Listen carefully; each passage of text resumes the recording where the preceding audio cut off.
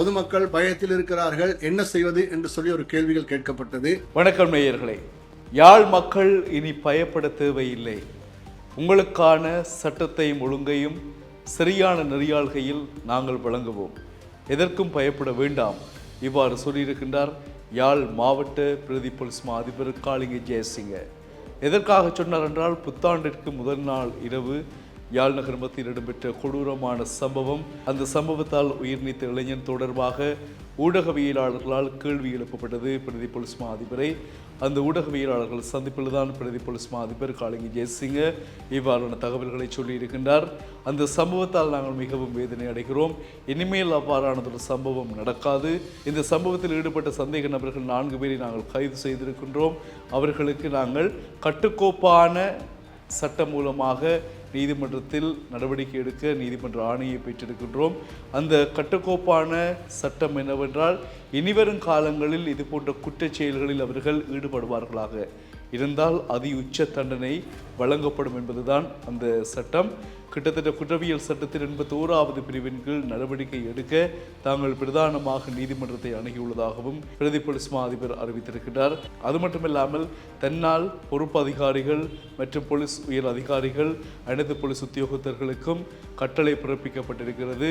சாட்சியங்களை வைத்துக்கொண்டு இன்னும் மிகுதியான சந்தேக நபர்களையும் கைது செய்து சட்டத்தை முன்னிறுத்துவதற்கான நடவடிக்கைகளை மேற்கொள்ள திட்டமிட்டு வருவதாகவும் பிரதி போலீஸ் மா அதிபர் தெரிவித்திருக்கின்றார். உண்மையில் ஒரு நீண்ட ஒரு மாத இடைவெளிக்கு பிறகு என்று சொல்லலாம் இவ்வாறான வன்முறை சம்பவங்கள் தலைதூக்கியுள்ளமை ஒரு அச்சத்தை யாழ் மக்கள் மத்தியில் ஏற்படுத்தி இருக்கிறது. உண்மையில் ஒரு கண்டிக்கத்தக்க விடயமாக அல்லது மக்கள் மனதிலே ஒரு பயத்தை ஏற்படுத்திய சம்பவமாக அது பார்க்கப்படுகிறது. அந்த சம்பவம் உங்களுக்கு அறிந்திருப்பீர்கள், ஒரு இளைஞனை தாக்கிய சம்பவம். அந்த இளைஞன் உயிரிழந்த சம்பவம் தொடர்பாகத்தான் பிரதி போலீஸ் மா அதிபர் தன்னுடைய கருத்தை ஊடகவியலாளர்களுக்கு சொல்லியிருக்கிறார். இது தொடர்பாகத்தான் இந்த விடயங்களையும் அவர் உறுதிப்படுத்தியிருக்கிறார். 4 சந்தேக நபர்கள் கைது செய்யப்பட்டதாகவும் மிகுதி சாட்சியங்களின் அடிப்படையில் மற்றவர்களும் கைது செய்யப்பட்டு குற்றவியல் சட்டத்தின் 81வது பிரிவின் கீழ் அவர்களுக்கு வழக்கு தாக்கல் செய்யப்படும் எனவும் கட்டுக்கோப்பான சட்டம் அமுல்படுத்தப்படும் என்றும் அந்த சட்டத்தின் மூலமாக இனிவரும் காலங்களில் அவர்கள் இவ்வாறான குற்றச் செயல்களில் ஈடுபட்டால் அதை உச்ச தண்டனையை பெறுவதற்கான வாய்ப்புகள் உருவாகும். தாங்கள் அதை நிறைவேற்றுவோம் என்றவாறான ஒரு சட்டம்தான் இருக்கப்படுகிறது. இவ்வாறெல்லாம் சொல்லியிருக்கின்றார். பிறந்திருக்கக்கூடிய 2025ஆம் ஆண்டு வன்முறைகளற்ற, குற்றங்களற்ற, மன நிறைவான, சந்தோஷமான, சிறப்பான, எல்லோருக்கும் ஒரு சுதந்திரமான நல்ல ஒரு வருடமாக அமைய வேண்டும் என்றுதான் எல்லோருமே கடந்த வருட இறுதியில் பிரார்த்தித்தோம். அவ்வாறு இந்த வருடமும் மலர்ந்திருக்கிறது. தொடர்ந்து அது மகிழ்ச்சியாக நல்ல மாதிரியாக மலர்ந்து இன்னும் சிறப்பான பல வெற்றிகளை எல்லோருக்கும் பெற்றுத்தர வேண்டும் என்பதுதான் எங்களுடைய ஆசையும் கூட. எனவே அன்பானவர்களை, ஒற்றுமையாக சந்தோஷமாக இருப்போம், சக மனிதர்களை மதிப்போம், சக உயிர்கள் மீது அன்பு காட்டுவோம், எல்லோரிடமும் நாங்கள் மரியாதையை பேணுவோம். அது எங்கள் எல்லா மனித வர்க்கத்திற்கும் ஒரு மனிதநேயமான விடயமாக உருவாகும். மனிதர்களிடத்திலே நாங்கள் அன்பு காட்டுவோம். ஏனென்றால் அன்பு ஒன்றுதான் என்றும் நிலையானது, அழிக்க முடியாது. வள்ளுவன் சொன்னது போல, அன்பிற்கு முண்டோ அடைக்கும் தாள், அதுதான் மிக முக்கியமானது. அன்பால் நாங்கள் எல்லோருமே ஒற்றுமையாக இருக்க வேண்டும். எதிரியாக, துரோகியாக, அப்படி இப்படி இல்லாமல் நல்ல சக மனிதர்களாக, நாங்கள் சகோதரர்களாக, நல்ல நண்பர்களாக பழக வேண்டும்.